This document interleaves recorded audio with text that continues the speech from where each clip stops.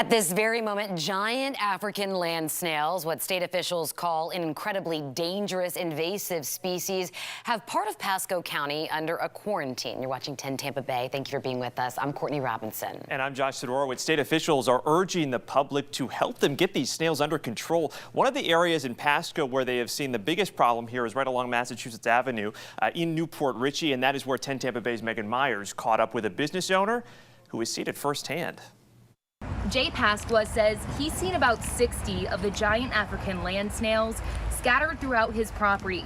And if you take a look at this one right here, it's about half the size of a water bottle. They've been spraying different areas. They've been spraying the wood pile. Jay says he just got a visit from the Department of Agriculture. They filled up a bag of invasive snails right before we stopped by. Yet, You have them right in here. there were still plenty left behind. There's a fourth one right there. Jay's friend next door to his landscaping equipment repair shop sells plants. But right now, that business is on hold. Right now, he's been instructed not to remove any of these plants. That's because this area is under quarantine, where you can't remove plants, soil, yard waste, or debris.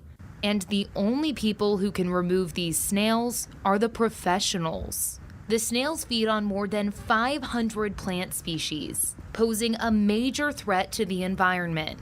And they can carry a parasite called rat lungworm. It's known to cause a type of meningitis in humans. It causes the brain to swell and the covering of the brain to be inflamed. If you see these snails, officials say do not touch them. Instead, call the Division of Plant Industry Helpline. In Newport Richey, Megan Myers, 10 Tampa Bay. And unfortunately, if history is any indication here, getting rid of these snails will not be a quick fix. We're talking years and millions of dollars the two previous times that they were detected here in Florida. So here's some sharper insight on how they're likely getting here in the first place.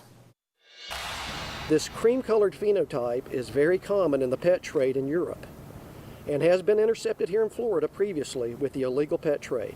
The pet trade, and Agriculture Commissioner Nikki Fried reiterating today it is illegal to possess snail like that here in the United States. Again, if you see those snails, you can report them to the state. We have the contact info for that on our website, 10tampabay.com.